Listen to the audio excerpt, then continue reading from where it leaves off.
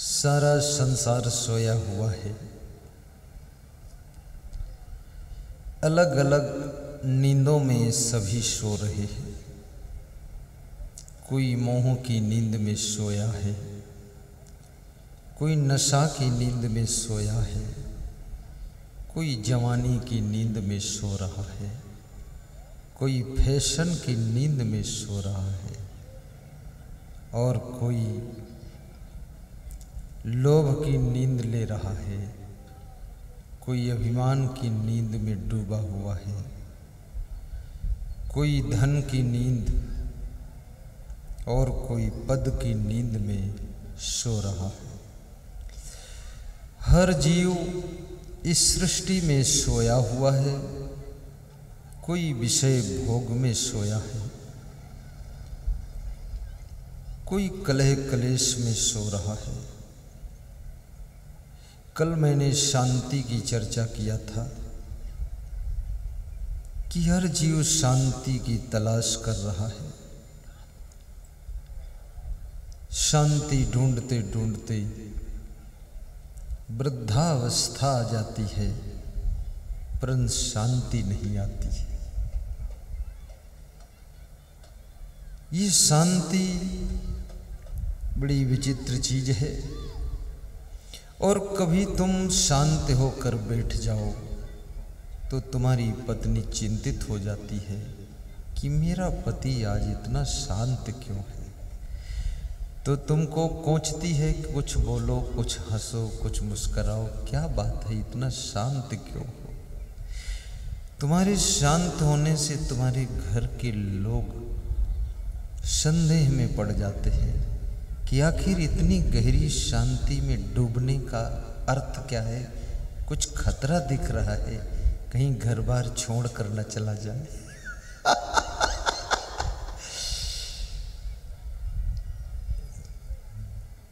कभी कभी तुम्हारा बेटा शांत बैठ जाए, तुमको तुरंत संदेह होने लगता है कि इस उम्र में इतना शांत क्यों है। थोड़ा कुछ तो हंसना मुस्कुराना चाहिए। लेकिन याद रखना, शांति का अर्थ ये नहीं है कि मायूस होकर बैठ जाना। शांति का अर्थ ये भी नहीं है कि निराश होकर बैठना। शांति का अर्थ ये भी नहीं है कि आपके मुखमंडल पर उदासीनता का दर्शन हो। शांति का अर्थ है कि आपके मुखमंडल पर मधुर मधुर प्रसन्नता का दर्शन हो। उस प्रकार की शांति की आवश्यकता है ताकि जो तुम्हारा दर्शन करे तो उसको भी मीठी प्रसन्नता की शांति प्राप्त हो। यदि तुम उदासी में डूबे हो, तुम निराशा में पड़े हो, तुम्हारे मुखमंडल पर ही विषाद की रेखाएं हैं, तो तुमको देखकर दूसरा कैसे प्रसन्न हो सकता है। इसलिए शांति का अर्थ प्रसादे सर्व दुखानाम। श्री कृष्ण कहते हैं कि प्रसन्न रहने से सब दुख दूर हो जाते हैं। प्रसन्न रहना संसार में बहुत कठिन है, खिन्न रहना बहुत आसान है, नाराज रहना बहुत ज़्यादा सरल है, मुंह फुला के रहना भी आसान है।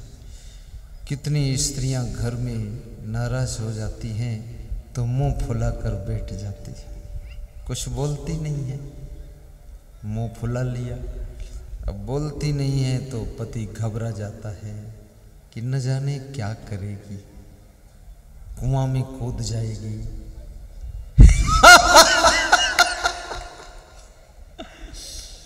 शाम तक जिंदा रहेगी कि नहीं रहेगी। मुश्किल से तो पत्नी मिली है और वो भी मुंह फुलाए है।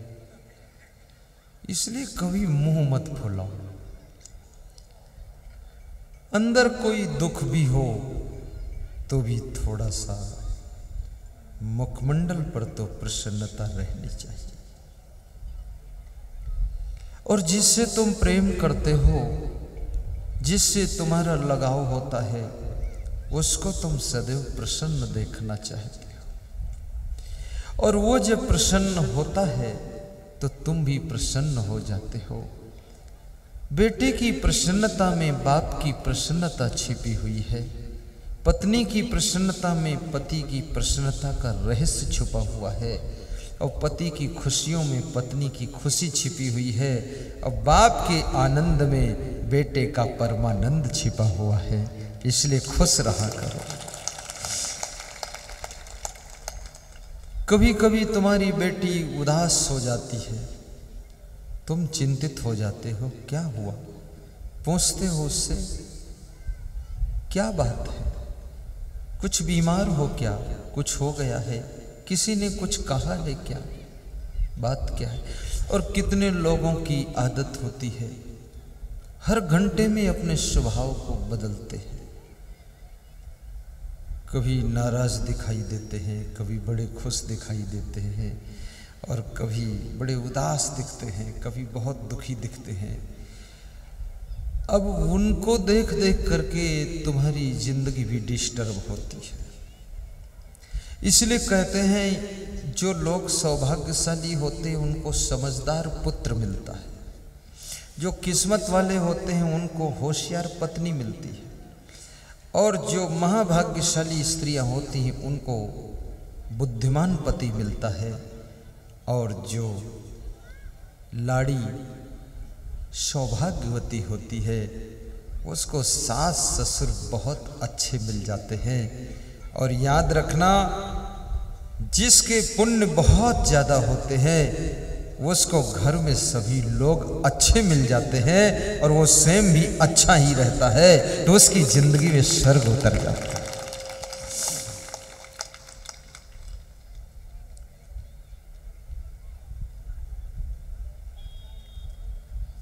संत कबीर कहते हैं, शकलो दुर्मत दूरी करू अच्छा जन्म बनाओ, काग गमन गति छोड़ के हंस गमन चलियाओ। समस्त दुर्बुद्धि को दूर करो। आपके पास में बुद्धि तो है, लेकिन बुद्धि दो रूप लेती है, या तो दुर्बुद्धि में परिवर्तित होती है और या तो सद्बुद्धि में बदल जाती है।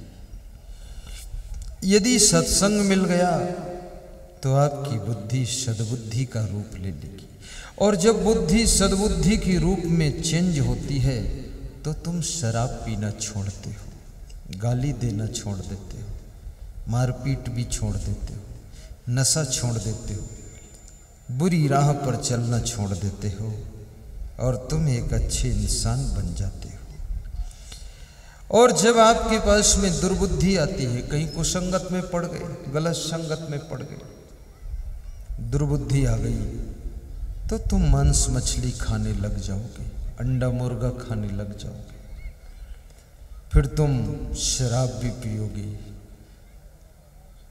हिंदी बोलना तो आए ना आए, लेकिन इंग्लिश बियर पी कर आओगे, और इंग्लिश में बोलोगे, ओड़ो ओड़ो ओड़ो ओड़ो, ऐसी भाषा बोलोगे। ये शराब पीने वाले बहुत अंग्रेजी बोलते हैं, अंग्रेजी शराब पीते हैं, और शराब की बहुत क्वालिटी है। शराब एरिस्टोक्रेट, बैक पाइपर, व्हिस्की, मैं इतने नाम ले रहा हूं, तुम ये मत समझना कि गुरुदेव भी कभी यूज किए होंगे। मैं यूज नहीं किया हूं, मैं बोर्डों में लिखा हुआ देखा हूं। मैं तो शराब छुआ भी नहीं, बीड़ी भी नहीं यूज किया, और सिनेमा भी नहीं देखा, और क्या कुछ नहीं, बवाल कुछ नहीं किया। कहाँ तक गिनाऊं? बिल्कुल ये ज्यों की त्यों चादर है। दास कबीर जतन से ओढ़ी,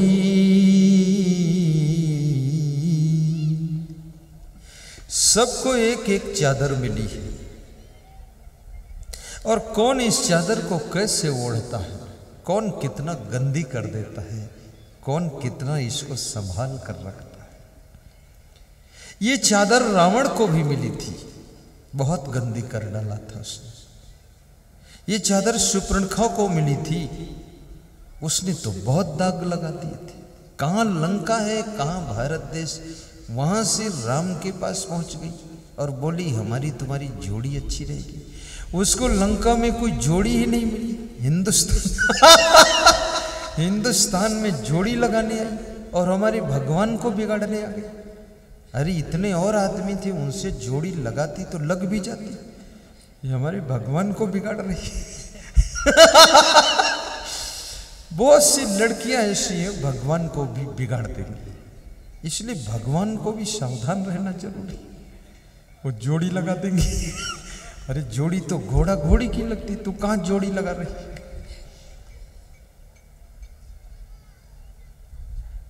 रावण के निशाने पर सीता जी हैं और रावण की बहन के निशाने पर राम भगवान है। चादर में दाग लगा दिया।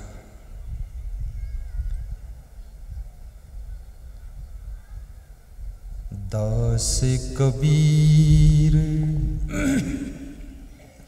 ये शरीर और ये शरीर की जवानी और शरीर का जोश, याद रखना ये शरीर हमेशा जवान नहीं रहेगा, ये शरीर में हमेशा जोश भी नहीं रहेगा, ये शरीर बहुत जर्जर हो जाएगा। यहां पर कोई डोकरी महिला बैठी हो, उसको देख लो तो तुम्हारा नशा उतर जाएगा। यहां कोई डोकरा बैठा हो तो उसको देखो तो तुम्हारी कमर टेढ़ी हो जाएगी।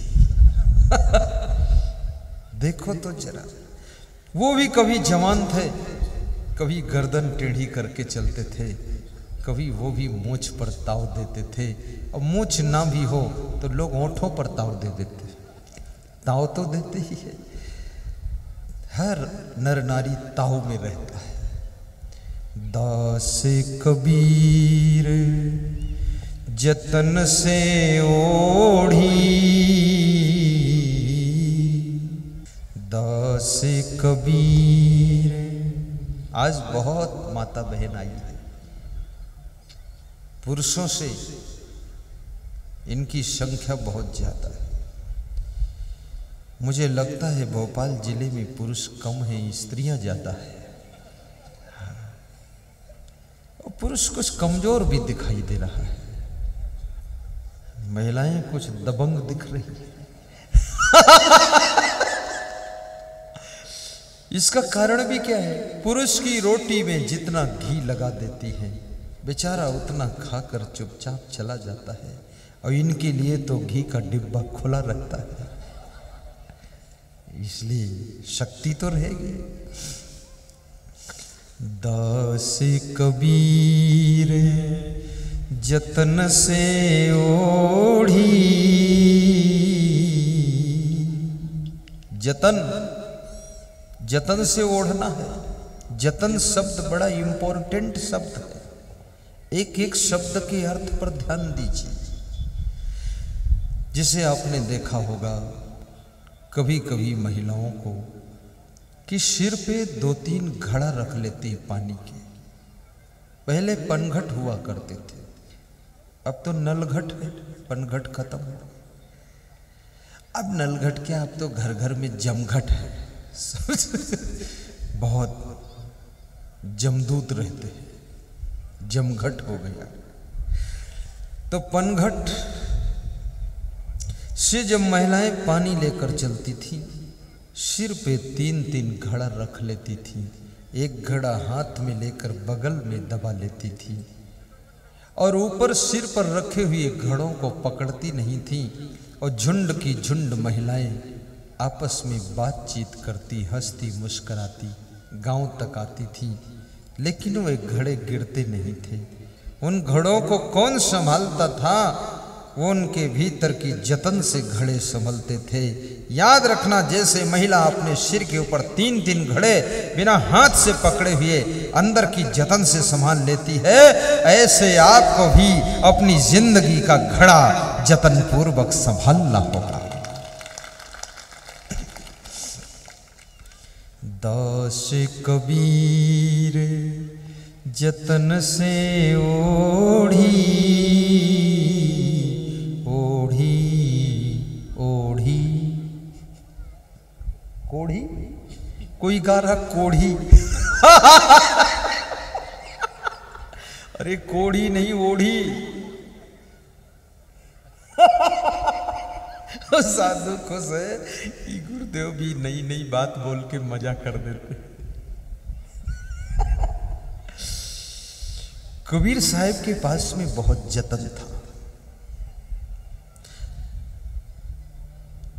ज्यों की त्यों धरी दीन्ही चदरिया, ज्यों की त्यों धरी दीन्ही चदरिया, चदरिया चदरिया, ज्यों की त्यों।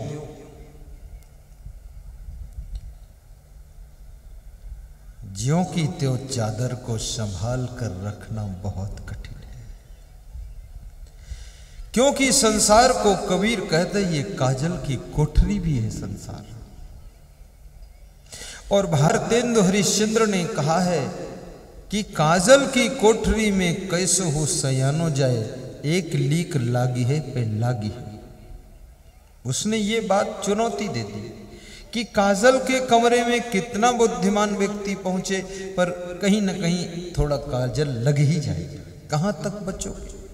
काजल की कोठरी है, छत में काजल, दीवार में काजल, दाएं काजल, बाएं काजल, दरवाजे में काजल, काजल में काजल, तो लग जाएगा काजल। तो कबीर कहते हैं काजल केरी कोठरी, काजल ही का कोट, और तोंदी कारी ना भई, रहा सोट ही ओट। जो मध्य में रहेगा, इधर उधर नहीं खिसकेगा, वो बच सकता है। ये तोंदी है ना, तोंदी वाले नाभि, ये नाभि ये मध्य में है। यहां से शरीर को नीचे नाप लो, फिर ऊपर नाप लो, ये मध्य स्थान में रखा गया। ये पूरे सेंट्रल है आपकी बॉडी का, और वहां से पूरा खिंचाव रहता है। तो जो मध्य में रहता है, अर्थात जो मध्यम जीवन जीता है, नाटक नहीं करता है, वह व्यक्ति संसार की माया की काजल से बच सकता है। और माया का काजल किसको लगा, कितना लगा, कैसे लगा, कब लगा, कैसे पता चले? इसका पता ऐसे चलता है, यदि तुम भाई के साथ में बेईमानी करने लग जाओ तो समझ लो माया का काजल लग गया है। यदि अपने बाप के ऊपर क्रोध करने लग जाओ, बाप को भी गाली देने लग जाओ, तो समझना माया का काजल तुम्हारे लग चुका है। यदि अपनी वाइफ को परेशान करने लग जाओ, अपने पति को दुख देने लग जाओ, यदि अपने बेटे के साथ में दुर्व्यवहार करने लग जाओ, यदि अपने बेटी के साथ में अच्छा व्यवहार न करो, यदि अपने रिश्तेदार को सताने लग जाओ, तो समझ लेना कि तुम्हारे माया का काजल लग चुका है। अब तुम गंदे हो गए हो, अब तुम्हारी चादर साफ नहीं। झीनी झीनी रे बीनी चदरिया, कबीर साहब कहते हैं ये झीनी झीनी री चादर है। बड़ी छोटी छोटी नसें हैं इसमें, 72 करोड़ नसें हैं। राम नाम की बीनी चदरिया, 8 कमल दल चरखा डोले, 3 तत्व की पूनी, झीनी रे झीनी चदरिया, झीनी रे झीनी। राम नाम रस भीनी चदरिया, झीनी रे झीनी। कभी कभी तुम साइकिल चलाते हो तो उसका हैंडल छोड़ देते हो, और बिना हैंडल पकड़े साइकिल चलती रहती है। ऐसा हुआ कभी कभी? लगभग सबने किया है। और कभी कभी 2 साइकिल भी तुम अकेले चलाते हो, और ज्यादा खिलाड़ी हो तो कभी कभी 3 साइकिल भी चला देते हो। क्या कला है तुम्हारी! ये 3-3 साइकिल कैसे संभलती है, 2-2 साइकिल कैसे संभलती, हैंडल छोड़कर साइकिल कैसे संभलती है, ये भीतर की जतन से साइकिल संभलती है। याद रखना, जिंदगी की साइकिल को भी जतन पूर्वक संभालना, इसका हैंडल कहीं गड्ढे की तरफ न चला जाए, ये मंजिल की ओर साइकिल जानी चाहिए।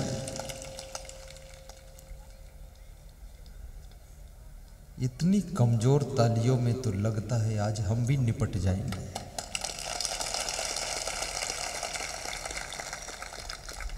खूब जोर से बजाया करो।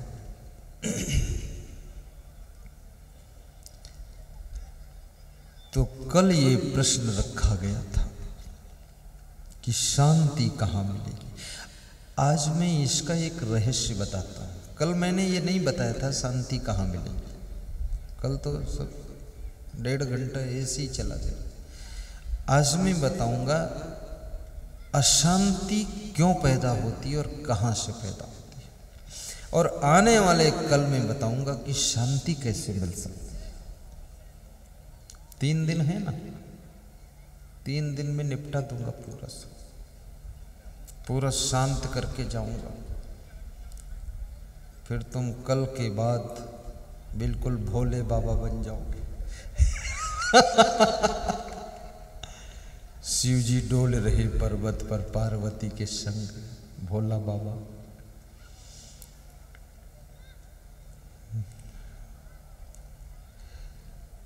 पहले ये सोचो अशांति कहाँ से पैदा होती है, इस विषय पर विचार कर लो। क्योंकि आत्मा का स्वरूप शांत स्वरूप है, इसका स्वरूप ही शांत स्वरूप है, तो अशांति कैसे पैदा हो गई? आप अंदर जीवन में झांक करके देखना, जब जब तुम कुछ गलत बात सोचते हो तब तब तुम्हारे मन में अशांति पैदा होती है। गलत करते हो कि नहीं करते हो वो बात छोड़ो, गलत सोचते ही अशांति पैदा हो जाती है। जैसे अभी तुम सोच लो किसी महिला की चैन खींचना, अभी तुम सोच लो किसी के चप्पल चुराना, पर मत सोचना, मैं ऐसे ही बोल रहा हूं, तो तुम्हारे अंदर अशांति प्रारंभ हो जाएगी। क्योंकि ज्यों ही इस बात को सोचोगे त्यों ही तुम्हारा मन आगे बढ़ेगा और कहेगा कि यदि चैन खींचा और उस महिला ने हाथ पकड़कर खींच लिया, फिर 4 लोग और आ गए तो कितनी पिटाई होगी, पकड़े भी जा सकते, तो इस बात का भय लगेगा, असमंजस होगा। और जहां भय है वहां शांति कहां रह सकती? अभी चैन खींचा नहीं, अभी चप्पल चुराया नहीं, लेकिन अशांति शुरू, असमंजस शुरू, भय शुरू। इसलिए कहते हैं कि आदमी जो शांति चाहता है उसको गलत बात सोचना भी नहीं चाहिए। सोचने से भी घबराहट बढ़ जाती है। और जो आदमी प्रसन्नता चाहता है उसको अच्छी बात हमेशा सोचना चाहिए, अच्छी बात। इसलिए मैं आपसे भी कहता हूं, तुम भी अच्छा सोचना। कभी कभी ऐसा सोचा करो, पैसे वाला हो जाऊंगा तो अपनी बहन को ये कार दे दूंगा, और बहन से कहा भी करो कि बहन मेरे लिए शुभ कामना कर कि मैं पैसे वाला हो जाऊं तो तुझे ये कार दूंगा। है तो कुछ नहीं, अपन तो बेकार में है, पैदल चल रहे बिना कार, लेकिन बहन को कार दूंगा। और ये भी सोचो, बेटी से भी कहा करो, बेटी तू अच्छी पढ़ाई कर ले, तेरे को नई कार में ही विदा करूंगा ससुराल के लिए, तो कम से कम लालच में ही पढ़ लेगी, कुछ न कुछ टाइगर तो रखना पड़ेगा। और जब बेटी ऊंची शिक्षा प्राप्त करेगी तो उसको तुम क्या नई कार दोगे, वो तो अपने हाथों से इतना धन कमा लेगी वो तुमको उल्टे कार दे देगी। इसलिए मैं बेटियों से कहूंगा कि अपनी योग्यता को हासिल करो, अपनी पूरी क्षमता का प्रयोग करो, बुद्धि को पूरा ऊंची से ऊंची शिक्षा प्राप्त करने में लगाओ। ये आजकल टीवी में जो हीरो हीरोइन को तुम देखते हो ना, इनके चक्कर में मत पड़ो। वो जो इस तरह का फैशन करते हैं हीरो हीरोइन, उनको उस फैशन से पैसे मिलते हैं। अगर पैसे न मिले तो हीरोइन तो मुंडन करा के बैठ जाएगी साध्वी बनकर। पैसे के लालच में वो इधर उधर कमर हिलाती है, टांग टेढ़ी करके खड़ी होती है और इधर मुड़ के देखती है। बहुत बेवकूफ लोग हैं। उससे प्रभावित मत हो। कुछ नहीं है, कुछ नहीं, सब गंदगी है।